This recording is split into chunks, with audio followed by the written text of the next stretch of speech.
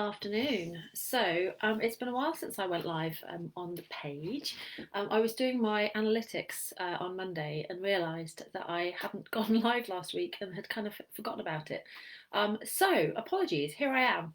And today I'm chatting to you about some of the biggest mistakes that people make that's stopping them from getting clients, and that you could be making, and that could be stopping you from getting clients. Before I dive into that, I actually want to share this over into my group. I'm being a bit, I was going to say cheeky, it's not really cheeky, clever. Is actually what it is. I'm going to share, so over in my group Fully Booked Mums, every now and then we have what's called an open mic day, where I invite everyone to go live and to kind of share anything about themselves, their business, and what have you. And so on those days, I always try and do the same. And so today I thought, well, I'll kill two birds with one stone. So I'm going live on my page and I'm sharing it into my group. Smart move. So let me just quickly share this now, and then we shall dive in to the good stuff. Fully. Come on. It doesn't want to share it. It's not recognising it. Why aren't you recognising my group? Oh, there we go. There we go. Let's put that over there now. Right, so 3 of the biggest mistakes that I see that could be stopping you from getting clients. First of all, a big mistake that I see is that your ideal clients don't necessarily know that they're your ideal clients. So I think this happens for a few reasons, right? So we all know when we have a business that we're meant to kind of work out who our ideal client is, work out our niche. I certainly bang on about it enough, and I'm sure lots of other people do as well. And so if you've got a business, the chances are at least the theory around the fact that you should work out who your ideal client is. And the reason for this is because it will impact everything. Your ideal client that impacts how you communicate, what content you create, the tone that you use in your content, the language, what you're actually saying, what you're selling, everything. Okay, so it's really important that we get clear on this stuff. And what often happens is one of two things, I guess. One, that we don't really have that clear an idea ourselves who we want to talk to, or we perhaps haven't quite got specific enough. So I see a lot of business owners who are going in like super general, like when I ask people who their ideal clients are, people will say business owners. Now that is a big audience. That is a broad audience. There's a lot of different types of businesses, different size businesses, different categories of business, different locations of business, and that sort of broad term business owners covers a massive range. And actually, it's very difficult to speak to business owners in a way that they're really going to identify themselves, other than yes, I'm a business owner, that's it. Richard Branson is a business owner, but I'm imagining that he and I are going to have very different ideas as to the types of products we want and need, and how we would go about choosing them, and what we would, what types of business would attract us. So as a business owner, you need to get clear on this stuff. This is kind of the part of the foundations of setting up a business, is getting really clear on who it is you're actually trying to attract. Who are these clients that you're actually trying to get? And once you know who they are, making that super clear in your communication, in your content. So yes, having that idea helps you to create content and helps you to know what to talk about.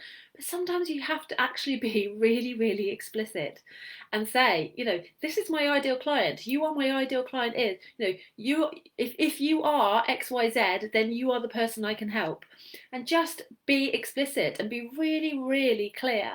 And oftentimes when we're struggling to get clients, it's because we haven't made it clear enough who it is we actually help, so that our ideal clients are kind of passing by our group, our page, whatever it may be, and never actually fully realizing that they are just the exact person that you can help.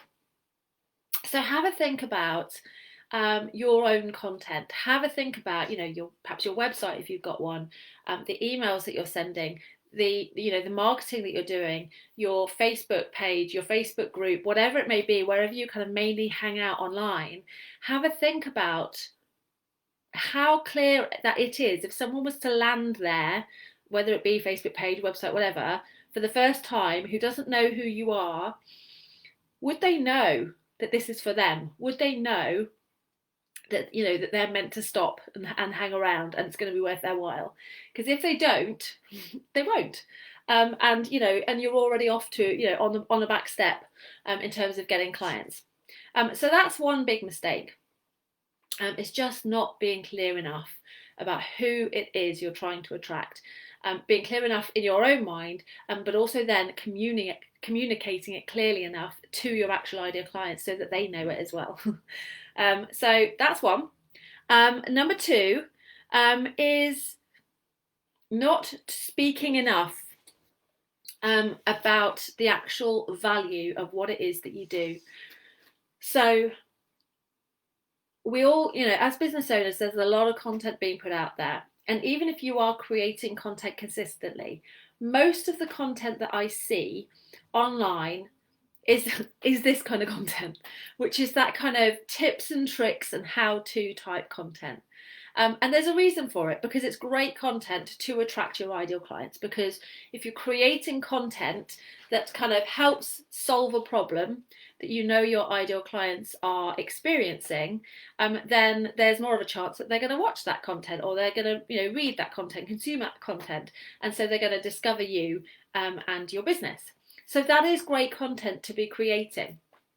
But when it comes to actually converting those people into clients, then you need to be focusing on that end kind of picture, that end vision of what it is that you help them do, what life would be like after they work with you.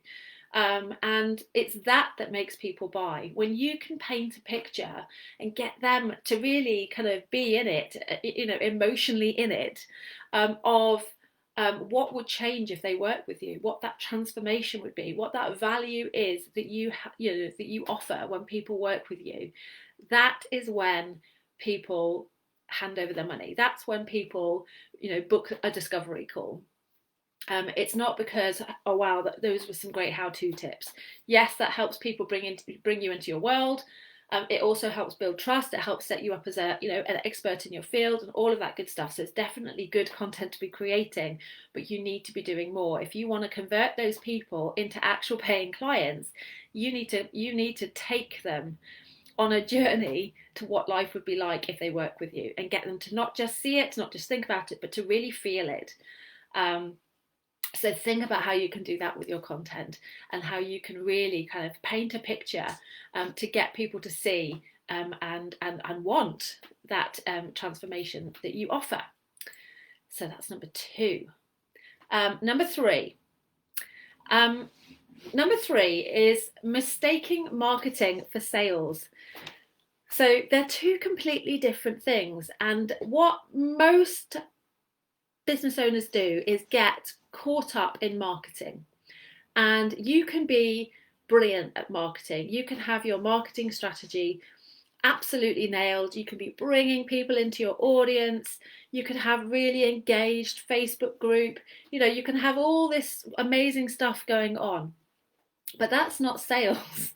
If you have to also be selling, and you have to know how to sell. And you can be a good marketer and still not be getting sales, because they are two entirely different things. Marketing is about, bringing people in, building your audience, getting people engaged with what you do, and that kind of stuff. But to actually get them to buy, you need to sell.